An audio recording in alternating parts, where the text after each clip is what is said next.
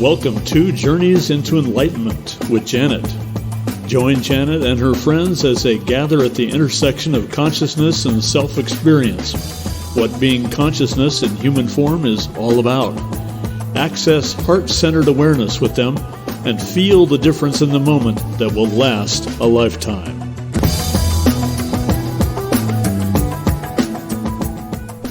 Hello, and welcome to Journeys into Enlightenment with Janet. I'm your host, Janet Barrett. It is so nice to be with you again as you join me and my friends here in being present. Consciousness for me is heart-centered awareness, the field of unified consciousness. It is in this reality state I invite you to loosen your grip of your human self-directives and agendas and biases that create your outer identity. There. Did you notice the breath you just took? Notice this next one. Let yourself soften, relax, feel your heartbeat. Feel your connection to yourself, my voice, our episode friend, our words and thoughts, and to the energies around you. Let what comes to mind during our time together be your awareness of contained energies that maybe create unwanted friction. Just lightly register the charge, or feeling, or sensation, and when we are done, check in again, and you will notice something different. We all have elephants in our interior rooms. Our upcoming conversation may make you aware of what is lurking in a corner of your mind. Elephants are great metaphors for our stuff that challenge us and refuse to go away. Powerful creatures that don't belong in a room. In this work, we allow them to register, to sit next to you and just let. There is nothing to react to. Just sit and notice what you feel, think, become aware of, this creature that you are holding in place. This is you allowing your sense of consciousness to unfold and play with self, providing new ways to engage in being you. Oneness always starts with consciousness and self.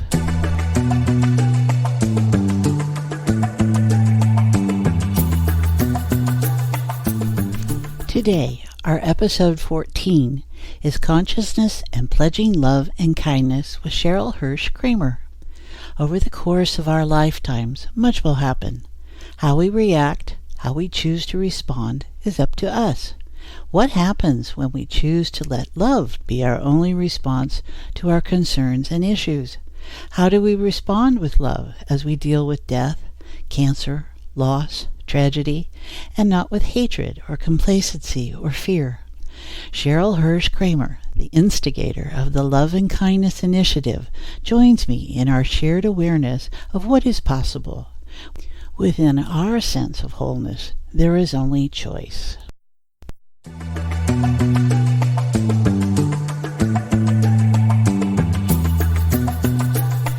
Our language is simple this episode, as it always is. It is from the heart. Sheryl and my conversation is filled with spaces of our hearts acknowledging the history of humanity and its remarkable resilience and enduring quest to go forward. It is the language of essence, soul, spirit, universe, consciousness, supporting the human endeavor. It is filled with engaging in rule sets of minds that appreciate the wholeness that comes in being. Taking the high road, I don't need no heavy load, and I'm coming back to you with all my love. Our friend Sheryl Hirsch-Kramer can take what she experiences in life as an approach of new thought and feeling on her journey of enlightenment. She demonstrates the essence of what we mean by wholeness, the appreciation in what self might use as judgment to validate a bias, and what is truly being provided, an opportunity to experience contrast and transcendence through choice. Sheryl studied phenomenological psychology and philosophy at Duquesne University before earning a Bachelor's of Science degree in art education from the Pennsylvania State University. She spent 35 years studying and practicing calligraphy, eventually becoming a traveling instructor known for celebrating her students' creativity. Her signature program was The Upside of Screwing Up, a loving look at how the making of mistakes during the creation of art can often be divine nudges to ditch the original design and go with something very different. A near-death experience in 1998 caused her to leave making art behind to study the healing arts. She has earned many certifications that helped her create her present body of work.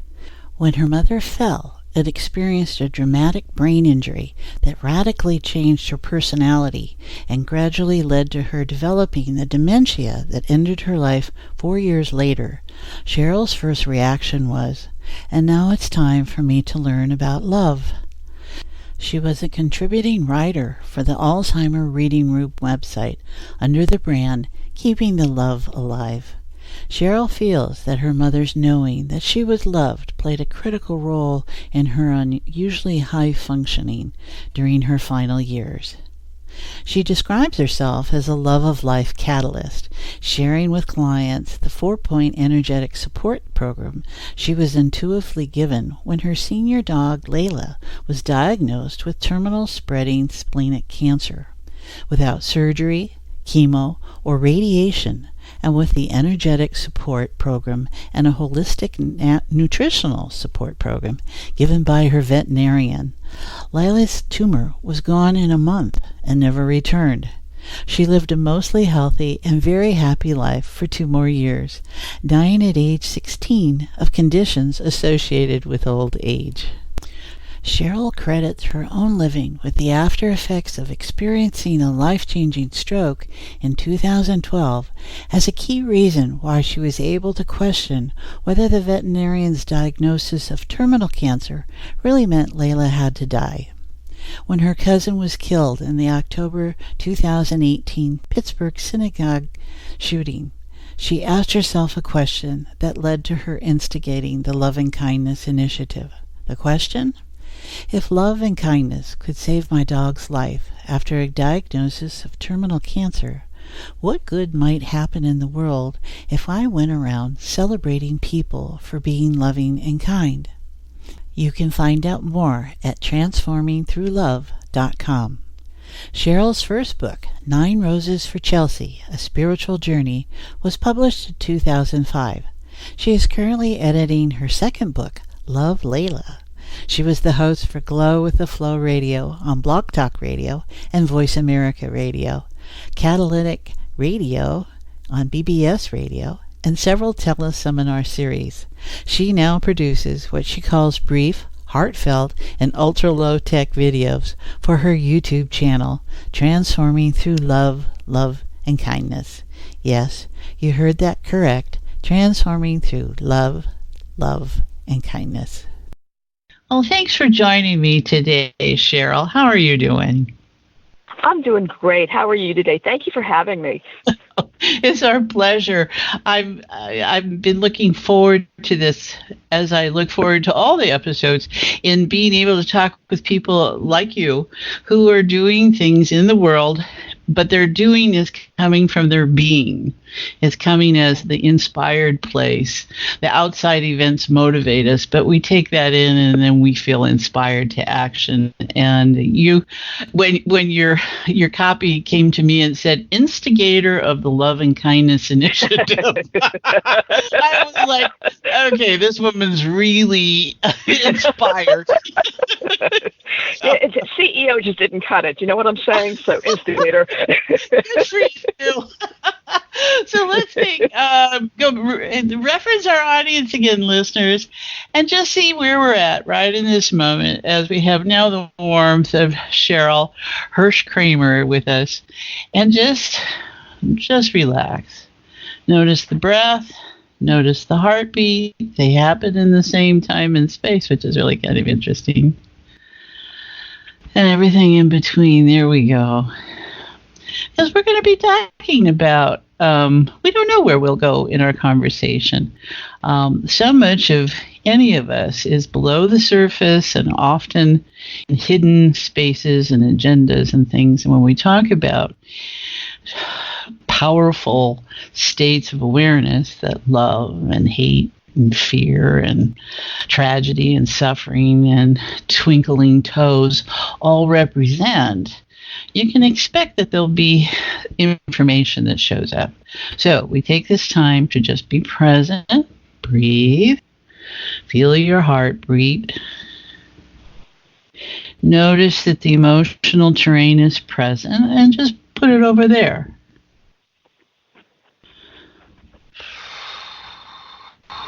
There you go, everyone. That feels better. Just notice the sacred, the infinite, essence, consciousness, soul, universe, spirit, web of life, oneness, whatever your word is, where we feel the infinite connection between all of us. And this is what we share with each of us, is our connection. All right, Miss Sheryl, what are you noticing right in this moment? Complete peace. I am speaking with you and all of you actually in a beautiful park, and it's a perfect place. This is one of the parks that was one of the battlefields of the Revolutionary War. Wow. And it has a history of a lot of violence, and over time the violence went away, and now it's a beautiful place just to be. So I thought that'd be a great metaphor for what we're doing here today. Well, I can just feel the chills when going up and down when you said that. And what's interesting to me is my thought was, a great place of reconciliation. And I went, no, that's not what happened. The way we hold it, after an event happens, is that that's sacred ground because people gave up who they were in this form to be there, right? But things don't always reconcile. Right? We tend to look for that, but we can appreciate the dynamics that took place there and everywhere else of the world through history, where people came together and had a disagreement about something and felt so passionate about it that they were willing to kill someone for it. Yeah. And how that is a truth in us, isn't it? Absolutely. And I love that just because something happened here several hundred years ago, it doesn't mean it has to continue to be a place of violence. It can be beautifully peaceful. It's a choice. Well, there's that way, you can forgive, if you can forget because you just go into denial or resistance or you put it over there, or you can allow that. That's one of the greatnesses of time and space, is that things start to step away, right? They start to shift, and then you've got generations, and it's not first person experience anymore. It's more into the collective memory, where the information is shifted, and how we can bring more to it because it doesn't have maybe perhaps such a rawness to it that might be present otherwise. Oh boy. So we were going to talk about how over the course of our lifetime much will happen for any of us, and how we react, how we choose to respond is up to us. What happens when we let love be our only response, not hatred, not complacency, not fear. From within our sense of wholeness, which is appreciating that all is present, is there a challenge of only extending love and kindness to others in our world? What would you say, Miss Sheryl? Is there a challenge? Is it challenging? It's a choice. Challenge is a word I would definitely consider, but I would go ultimately to choice, because if I choose choice over challenge, that means I'm expecting there to be a problem, at least to me. And if I say it's a choice, I can just go into it saying, I'm going to be love, I'm going to be peace, I'm going to be kindness, and let's see what happens when I make the choice to be all those things. Wow, you have put that so well. Oh, I love that. See, because the human reference might be, this is a challenge, it's a problem, I got to figure it out, I got to do this. But when you make it in choice, it's just, you don't even go to that place. You're just going, no, this is my integrity about this, and this is my response, right? Oh, Yes. I love that. Yeah, that's great. Now, how did you come to that awareness? Share with us what it is. It all started at a 5,000 watt radio station in Fresno, California.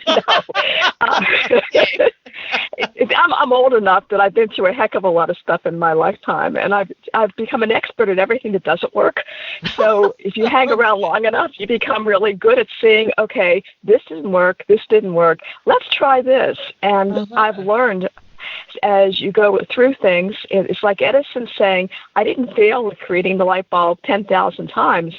I found that many ways for it not to work. So it limited my options, Right. So it's pretty much the same thing, I would say. So so what you're demonstrating for all of us is that curiosity takes us someplace, and it's how what you choose to do with the information. Right? And how your setup is that you're looking for it not to be, you're appreciating the negative or our judgments about it, but that inherently within yourself is that's a choice. That's information. And what do I want to do with it? And so then you have your response that's coming from a different place. Does that make sense? It makes a lot of sense, yeah. Okay. And it doesn't have to be difficult. That's the thing. Mm-hmm. I mean, if people listen to what I'm doing, I explain the Love and Kindness Initiative, and we get different responses. Some people immediately get it. I just had a conversation with a woman 2 hours ago, and her brain was in charge. She has a beautiful heart. But her brain couldn't accept it, so she was asking me questions, not because she was challenging me. I think she wanted to get it, but there was a lot of history that she had to undo before she could go there. And that's okay. As long as we are love, we are peace, we are kindness in the world, we're going to make a huge difference. Maybe not immediately, but at some point they'll understand it. Well, and I think that's the act of love and kindness towards ourselves. Yes. We is that we don't need to degrade or get upset that mind sometimes takes precedent over our heart and those responses, because we're not looking to be emotional weepers. We're looking to be in integrity with how we feel about things and how that generates where our thinking takes us. So mind is as valuable as body and emotion and spirit. It's all part of the whole. And there she is looking to find the way to get out of her own way. And that's a beautiful place to be. That is such a beautiful place to be.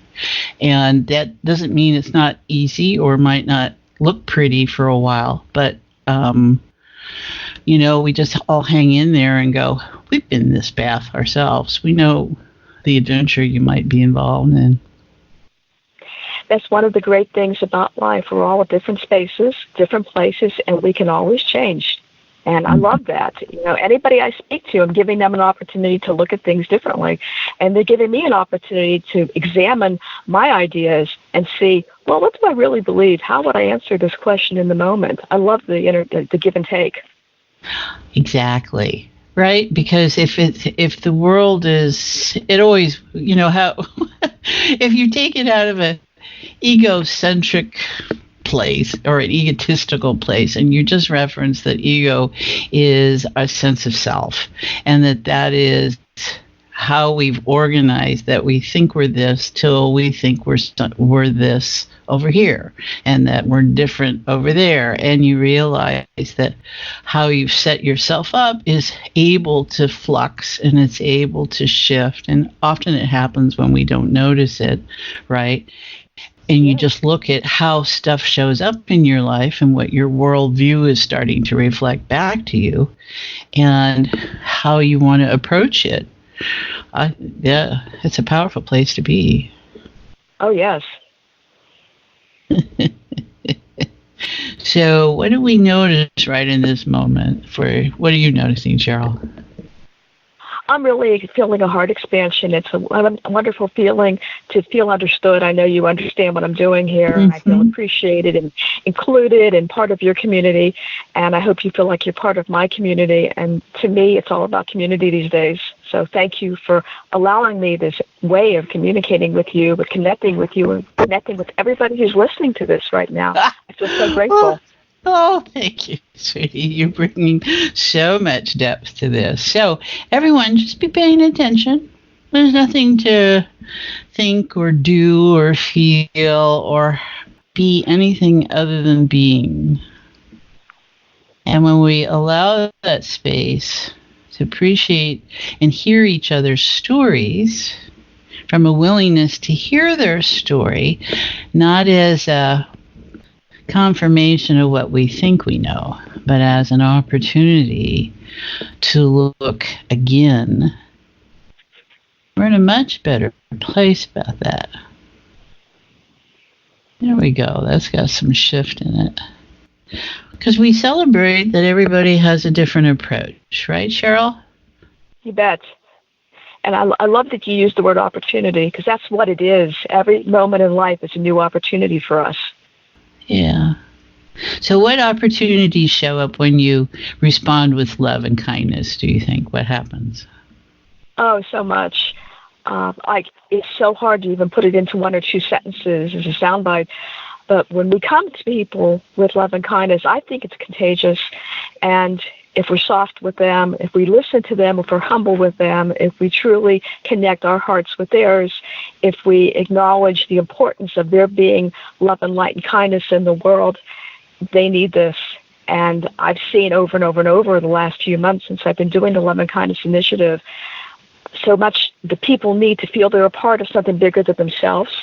Mm-hmm. The people need to feel that what they're doing is making a difference in the world. Mm-hmm. And they need to feel that somehow, even though they're one person in what I call an endless beach, grains of sand on a beach, one mm-hmm. grain of sand, they are still helping the whole to transform through love. And that's what I love about this. So when I do that with them, they start to acknowledge, hey, I really am making a difference. And then they can take that into the world and connect with other people. And they can make a difference in their lives. And those people can go into the world and connect with other people. And it keeps building. I just love that. Yeah, now what I can hear in this field is that, well, that's easy to do when they're a nice person or they're just a little misunderstood. But what do you do with a guy who's killing someone or, has created great trauma or, represents something less than love and kindness to us? And for me, that's always about the power of appreciation and wholeness, and that shows me where I want to be through contrast, because that's the physical realm. It's all about contrast. So is there awareness you're holding about that for those people? I'm so glad you asked that question. My cousin was one of the 11 people killed in the Pittsburgh synagogue shooting in October of 2018. I didn't know him well, but he was my family, and I think I had connections with that synagogue. I grew up in Pittsburgh, so the synagogue was something special to me. I had my wedding rehearsal there many years ago. I took piano lessons half a block away. It was my neighborhood. So on many levels, this killing hit me hard. And when the shooter was himself injured, he was taken to the emergency room where he was treated by a Jewish doctor and a Jewish nurse. I don't know if you know the story. It's a great story. Mm-hmm. So the Jewish nurse is a man whose father is a rabbi, and he was very aware that half an hour earlier, this man who was shooting up people would have killed him without a second thought. And here he was, his patient in the emergency room. And he said he looked into the shooter's eyes. He did not see anger. He saw confusion. He was able to connect with this person on a level of humanity. And that's us, again, it's an opportunity. That's a choice. He could have made a decision not to treat the man, not to give him his best, whatever, because of what he had just done. Instead, he saw a confused person, and he treated him with great love and compassion. I just love that. Everybody notice that, because this is in our genetics everywhere. It's everywhere. All the times when someone reacted other than love and kindness, or we were the, get in the scenario victim game, that stuff happens. And We're all it can do is tell us what is important to us, and then we can have all kinds of reactions. And how you can put aside what didn't get addressed, where the love and kindness was perhaps missing in that individual. It takes actions that are harmful to others and oneself. And how you still hold yourself together. There's maybe an insight into, recently we had D-Day observances here, and there was an article in our local paper, the Oregonian. It was about remembrances and stories of men and women who had passed in some sort of way during D-Day there. And the one statement that really struck me was by Donald Malarkey, who was part of the band of brothers that Stephen Ambrose wrote. This man had been through, let's just call it hell. Right, he'd been everywhere in the war, and at the end of it all, he made it through. He says, "There is not a day that has passed since that I do not thank Adolf Hitler for allowing me to be associated with the most talented and inspiring group of men that I have ever known."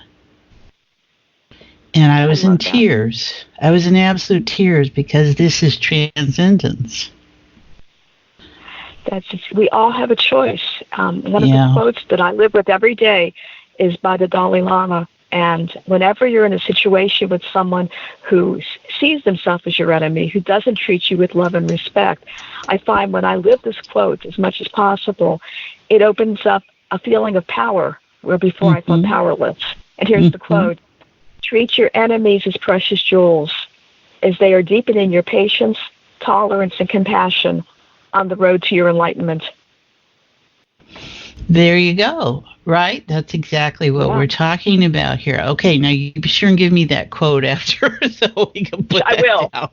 Okay. I will. Because that's the beauty. That's the beauty of the Dalai Lama. See, that comes out of a man who does know suffering, and he rises above it, or he encompasses it in, and he puts it in and uses it, right? It becomes part of the integrity of his being, definitely there. Because humanity does demonstrate ugliness and cruelty and suffering easily, and what shows up is endurance and resilience as our response, and that transcends into love and kindness, I think.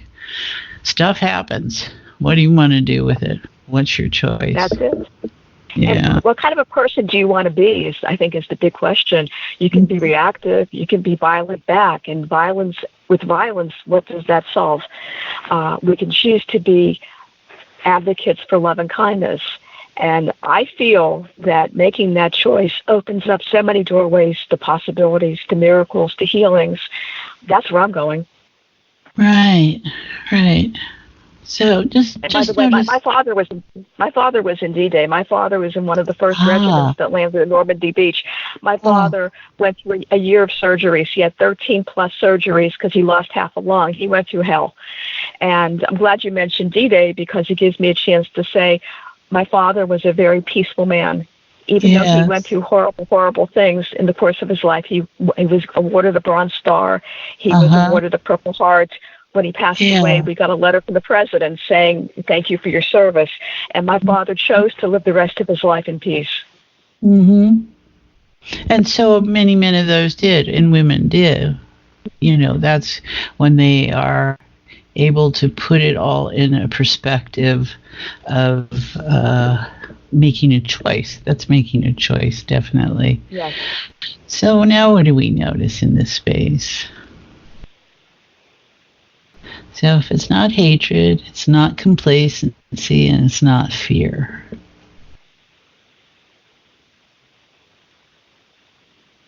And if it's not a challenge, if it's a choice to extend love and kindness to others,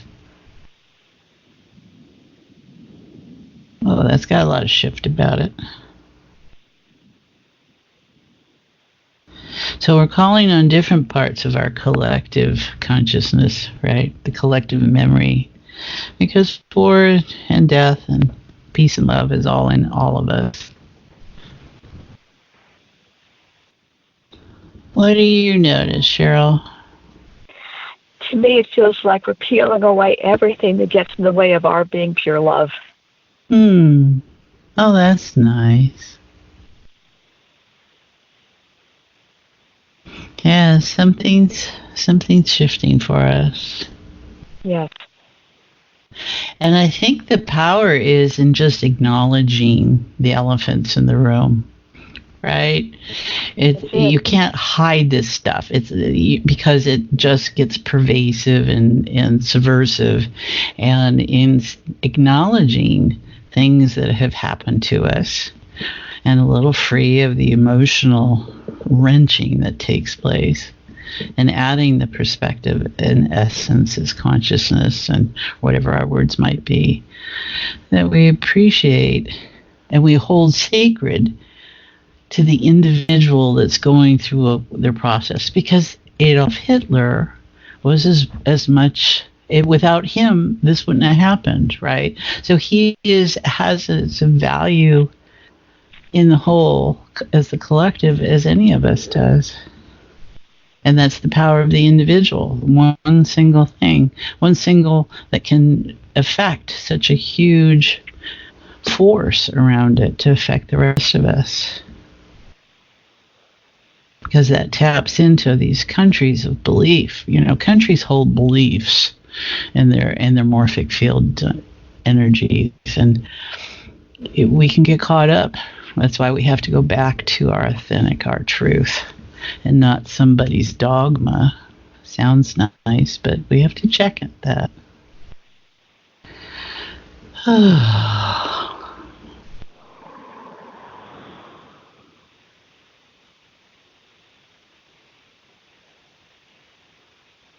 Boy, that's powerful.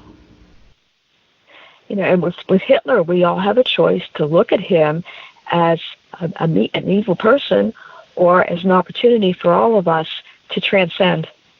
You know, it could be good arguments for both. It depends on what you want to believe. Well, and is it so much a belief, or is how you put something into a label? Right, that's the problem. The challenge is right and wrong. It's right or wrong, or good or bad. It's both. And if you're going to be in that framework, you're stuck. So what you're doing is you're choosing not to engage that framework. Yeah, he certainly was powerful in putting out his energy, right? We're going to say that. Yeah. Everybody had a response in that was around at the time. And if we just say that it was a dynamic in energy, stuff happened, then you have more freedom to choose to go, okay, that shows this for me, and I get to do this in regards to it. Whoa, this is good. Now, I know, yeah, you know, radio is always about what they call dead air.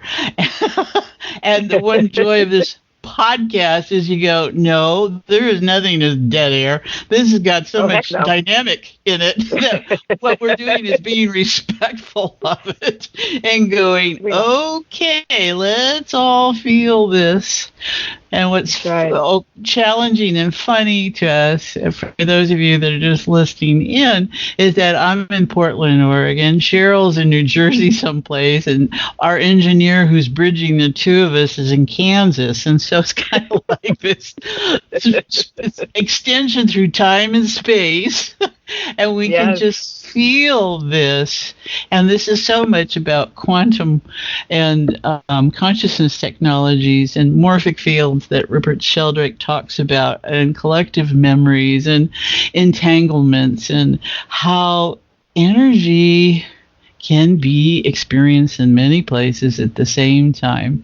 And we just look to appreciate that, because it's not so much people gathering in a certain one location, because that true is powerful, but it's all those that are holding that is a powerful place, that this is a place of engagement, and what happens with that support. So that's really what we're tying into here. Oh, well, that's a nice end to an afternoon. What where are we taken, do you think? What's showing up for you, Sheryl? You know, I kind of feel like we're just all three of us hanging out in your living room. You've given us a little bit of tea. We're just chatting, and everybody who's listening is here. So I hope you've made enough tea sandwiches for the entire listening world, because we're all hungry. Well, what can we feed them? What do we want them to know, Sheryl? That's our job here. We're feeding them love, baby. Yeah, we're feeding them love. You had something else that a catalyst of love too. So you are a very dynamic, right? You're a generator type of personality. Oh, yeah. You're an instigator, a catalyst. I am. Which I totally respect. I do that, but maybe more in a little different way than you do. So what is it that gets your goat? You know what I mean? What is it that you get fiery about? This certainly, and where is that coming from, do you think? That's just... Well, I should be dead today. Okay, I had a major stroke over 7 years ago, and I felt my brain explode, which is an interesting feeling. I didn't go to the hospital. I didn't get medical care. I had a brain bleed. I could feel blood on my brain, and I just trusted if God wanted me here, then I'd be led to whatever I needed in order to survive. And if God wanted to take me home, I was good with that. Whatever was the option that God chose for me, I was going to go along with. So I made a promise to God after this happened that I was going to do my best to be a force for good in the world, to be a catalyst for life and love in the world in whatever way showed up for me. That's why I do what I do. There are some, I can share some of that part, that the way illness and my choice of not dying, my choice of living, and the constructs that created the first and what came afterwards, right? And it gives me my deep, deep appreciation of what life can be about, the wonder of it. And I'm sure all of us have these experiences. We don't all need to have the experiences to have the awakening that happens in some level, right? And you certainly had it with your pet. There was a level of awakening that took place there. And I've had that with Joanne recently, who got her dog, I think it was Lila, or maybe that's your dog, I don't know. Everybody's having these awakenings with their pets. And it's like, it's a great way that the universe is creative, right? Us as creative universe, letting us find connection, right? And so this is really this is wanting to be connected, don't you think? Absolutely. And one of the things I love about having an animal companion is that truly they are mirrors for us.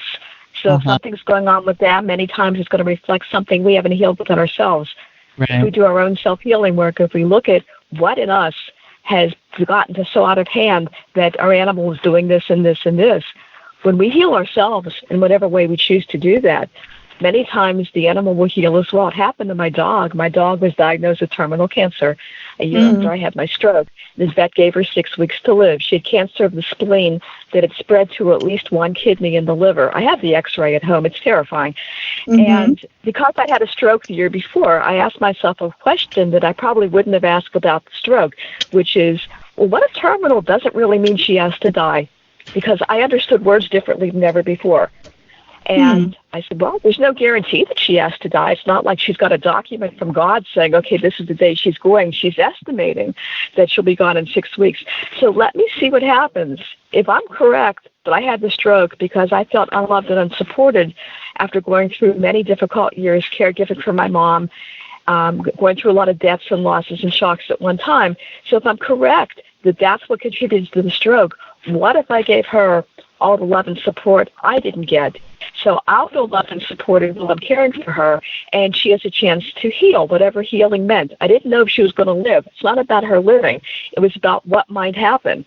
So without surgery, without chemo, without radiation, the tumors went away in a month, and they never came back. She died of old age 2 years later. That's about being. Yeah. Right? It's not about believing in something. It's about being it. It's about being. We had a great life. Her cancer experience is one of my happiest memories. because we were surrounded with so much love. You could read about it on my website, transformingthroughlove.com, what we did. Go on the Layla page. It's pretty easy, and I teach this. That's part of my Love of Life Catalyst thing. We tend to get many times so carried away with the drama, with the things that might happen, but they're not happening right now. Just because somebody is told they're going to die doesn't mean they're going to die. So if you're not dead, you can freaking go out and enjoy your life, and that's what we did. Well, that's very good. Oh God, just a minute here. Observance. Let me put it that way. That word comes flying in there. About our setup, right? You're not. Yeah. If you're not being present, you're in the past projecting the future. So you're never in the future, you're projecting what the future is. So it's about what you said is someone observes and says, you're going to die here in 6 months. We have the option of buying into that and going, yeah, or we can have the option, well, sure, that might happen sometime, doesn't have to be on your schedule. And you take the control back and realize I've paid this person for this opinion, so it must have meaning, and it only has this much meaning because in their limited reference, this is where their conclusions, right? And we have to really make these distinctions about how to be in a field of information and not be it. And medicine is one of those things. When you're participating in medical belief systems, because medicine's belief systems as far as I'm concerned. So it's like, well, this is our best given, this is what we think. And then I'm always looking for that doctor who goes, well, this is my experience. Doesn't have to be yours. That's right. This is what I think I know. But, there's stuff that happens all the time that just doesn't make sense to us in science. I can speak to that. My uncle was diagnosed with pancreatic cancer. It went back and forth a few times between pancreatitis and pancreatic cancer, and eventually his chart went to his physician, who took a look at it and says, you'll be dead in 6 months. Now, at the time this happened, which was 1993, there was, I think, a 3% survival for 5 years for pancreatic cancer. He wasn't looking at that. He looked at the chart and said, you'll be dead in 6 months. Well, he was wrong. My uncle died 6 months and 1 day later. A bit of the rebel, okay. I'm telling you, it's my family. We're all like that, But I kept thinking, if the doctor hadn't created an expectation, my uncle might have enjoyed his life. My uncle might have lived longer. Perhaps he might have had a remission. We don't know anything. But the doctor did this to a person who was fragile. He'd been through a lot of surgery. He'd been through a lot of traumatic medical care. And at that point, my uncle would have believed anything. So I remembered that when Layla was diagnosed with cancer. And I said, we don't have to go there. It's not necessary. What happens if we don't? Maybe she just has a better life for her last days. Maybe she recovers. I don't know. But let's see what happens. And she recovered completely. So you're talking about getting out of the emotion that can be present, right? And the despair and the destruction and the hopelessness and all this that registers for us, and being able to go, okay, that's their reality. I had the same instance for myself, but also in my husband when he was diagnosed with bowel cancer, I guess, and just didn't register to him. And by the time we got to the oncologist, who said, oh, I'm going to have you on surgery next week. And my husband's like, well, when am I going back to work? And he's looking at he's looking at my husband and he's going, well, we're going to have to do probably some chemotherapy and we'll see. And Tom's like, okay, well, I got 4 weeks planned. And that's so good. That is so and good. That's really and he had 10% survival. And he and I had that talk. I said, okay, they know that there's 10% survival out of this. We'll just be in the 10%, right? Yeah. I mean, at least there was a little option there, right? And so it was a journey that took 6 years and took us many places and had deals, but he was back to work in 4 weeks and was doing all his process, 3 surgeries, 4 years later. Yeah, it was quite something. But he didn't accept anything other than what he was set for. You know what I mean? He didn't allow himself to be swayed. So, oh gosh, what a great story! I'm so glad you shared that story. People need to hear stories like this. People can have the miracles that your husband had and that my dog had. It is possible. Yeah. It's not guaranteed, but it's possible. As long as you keep the door of possibility open, possibilities exist. Well, you know, I can feel right present in this is where we go with it is not where you can go with it. Right? Yeah. So it just becomes information in, because there's already a baseline that I'm okay, right? I think you have that, I have that, I know certainly my husband does. And that stuff happens. But my worldview is that I'm okay. And stuff will happen. But I'm okay, as opposed to those that believe the world is, you know, treacherous and they've got to be take care and it's got to be small and all that. They get some kind of diagnosis or outcome experience and draw the conclusion that, oh, that verifies that, and then they go down that path. And I can feel how we're not going there, right? So not necessary. Not necessary. So listeners, just notice how you're relating in this, because there are those that you know that have had to make choices. You maybe have had to make choices, and you're here to listen. So if something happened that said it wasn't then, it might be another time. And so we're going to put into here this field awareness of respect for ourselves in our being, and the support and the love and kindness that Sheryl is an instigator of in her realm is for each of us within ourselves. This is where it starts. And when you take the blame and you take the frustration and you take the victim and you take whatever it is that keeps you feeling less than, you appreciate the little part of you that can say, yeah, there it is. And you go for that. Whatever we focus on becomes more when we do consciousness technologies. We appreciate how a shift in focus brings everything into a different perceptual place. So if you consider it in a sense of distance, and that something is right in your face, is there a way in just relaxing and acknowledging the thing right in your face to just be present with it and see what happens? Don't try and make it do something or be something or avoid it or evade it. Just be present with it. Notice what happens.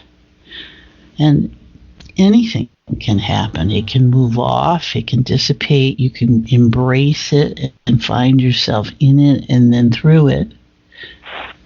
And just notice what it's like when you care enough for yourself to reckon your world with you. There we go. You're so incredibly powerful, and this is what Sheryl is sharing with us. There we go. The other thing I would like to share about a related topic is my mom had a brain injury. She fell, she hit her head. She had a traumatic brain injury that turned into dementia and took her life 4 years later. And what I learned along the way, because she was violent at times, it was not an easy time. I was her caregiver until I couldn't do it anymore, and then she went to memory care. So what I learned about this is when I saw my mother as perfect, she responded as being perfect. When I saw my mother as being brain damaged, she was brain damaged. She responded to the cues that she was receiving from the world. And the director for Memory Care Unit, we talked about after my mother passed, that my mother was very high functioning for everything she'd been through. And the director said, it's because she knew she was loved. That was the bottom line. You bring such a gift of that. Yes. how do you view the other person? Because that's how you're encompassing them. That's what they're picking up. And so if there's no right or wrong, there is only love and kindness, then in whatever state that they may display, at essence, that awareness is present and allowed to flourish. Now, that is just so beautiful. Well, Sheryl, I think we have to call it a day here. Can I have another tea sandwich? The tea sandwiches are terrific. Can I have one before we go? Well, they seem very light, and I want to thank you for your bag of hearts that you were so gracious to send. They're just lovely. I don't know how people get these, but I want to make sure everyone does connect with Sheryl at Love is Transformational. So, what would you like to leave with people here for just a few? What's your offering there? My offering is please visit my website, which is transformingthroughlove.com. Read about Layla's story, that's my dog. Read about the Love and Kindness Initiative. Just browse around, and please allow the information that's shared to influence you in the most positive way possible. We all feel ourselves being drawn down into negativity at times. It's a very negative world many days. We don't have to stay there. When you feel yourself going down into that, make the choice. Take the opportunity to become even stronger with love and see what happens to your world as a result. Oh, that sounds just mighty fine. Thank you very much. Thank you. All right, we're going to let you go for now, Sheryl. I hope maybe we can talk again sometime about another topic and share with people. It'd be a delight. I'm there. Tell me when. Okay. This has been a lot of fun. Thank you so much, Janet. All righty, dear. Thank you so much, and we'll be talking with you another time.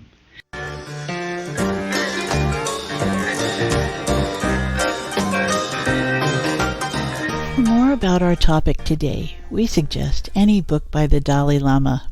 Here are just a few of his quotes. Both Sheryl and I feel apply to our conversation. Treat your enemies as precious jewels, as they are teaching you patience, tolerance, and compassion on the road to your enlightenment. Love is the absence of judgment. And this one, the true hero is the one who conquers his own anger and hatred. Another wise man who you may not be familiar with is Rabbi Menachem Mendel Schneerson, who was the last Rebbe of the Chabad-Lubavitcher Hasidic dynasty. He is considered one of the most influential Jewish leaders of the 20th century. His quote, "If you see what needs to be repaired and how to repair it, then you have found a piece of the world that God has left for you to complete. But if you only see what is wrong and what is ugly in the world, then it is you yourself that needs repair."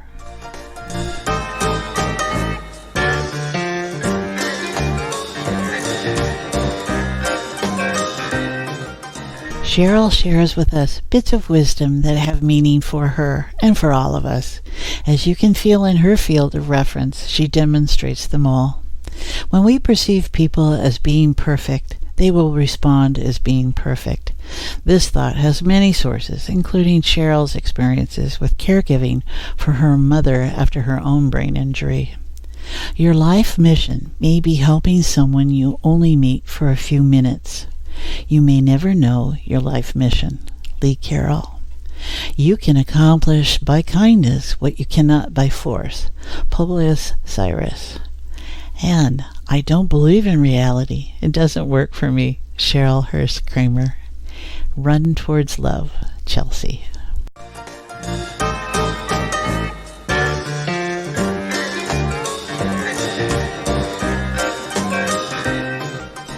To round out our episode this time, Tom's meditation, Truth, Love, and Consequences, was a wonderfully hard choice for me to make.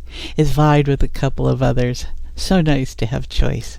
His website, Interlude, an internet retreat, is full of wonderful meditations in its extensive archive.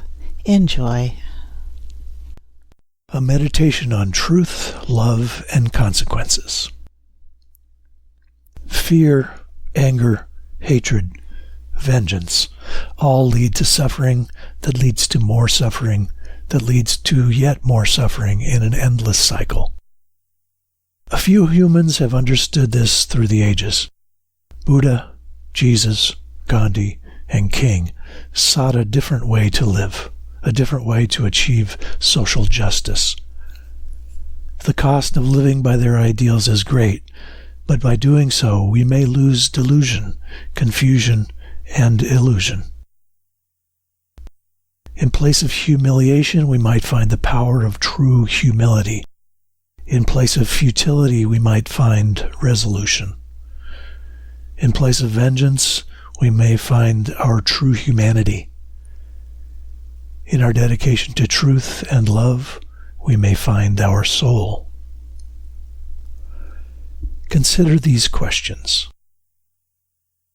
What would life be like if we dedicated ourselves to truth and love?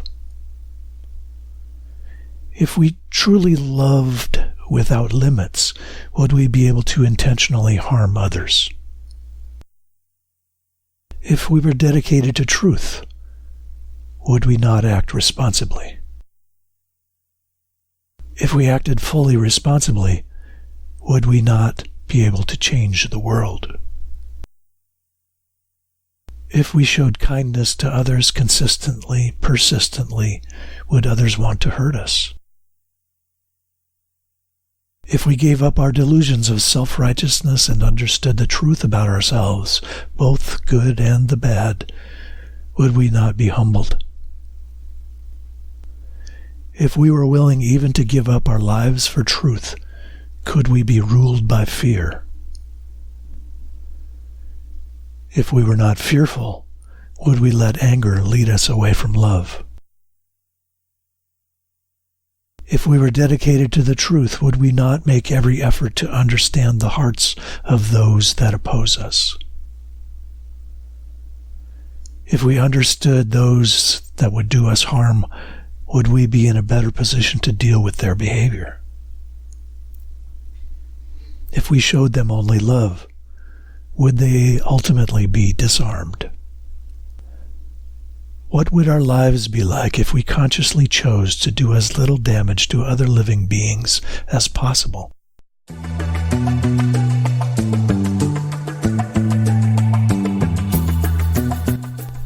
Time to check in. We covered a lot in our emotional terrains. Notice with your senses, your breathing, your heartbeats. Let. Notice any elephants. Offer no resistance. Feel what you feel. Offer no resistance. Choose to love. Be kind to your elephant.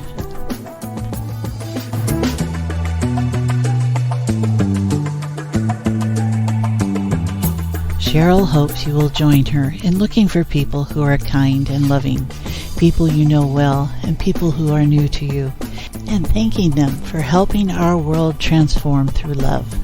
To learn more, please visit her at transformingthroughlove.com and check on the menu tab for the Love and Kindness Initiative. She invites you to fill out the website contact form. Her YouTube channel is Transforming Through Love, Love, and Kindness. Yes, the word love appears twice. She has posted some 16 very brief, heartfelt, and ultra low-tech videos that offer ways to take part in the Love and Kindness Initiative, along with true stories about love and kindness.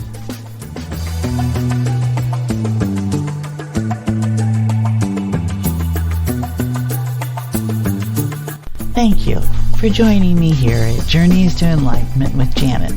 A new episode is released every 2 weeks. Any questions or thoughts or guests you'd like to suggest, you can email me directly at janetandbeyondpodcast@outlook.com. For more information about all the elements that make up each episode, they are on my podcast page at my website, www.janetandbeyond.com.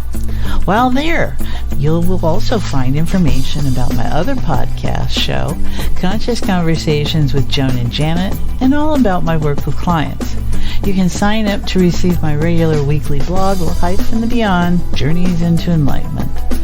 If you're looking for other regular opportunities to sit in heart-centered awareness with myself and others, you can join us in my Fuzzy Photons playground groups I offer on Thursdays.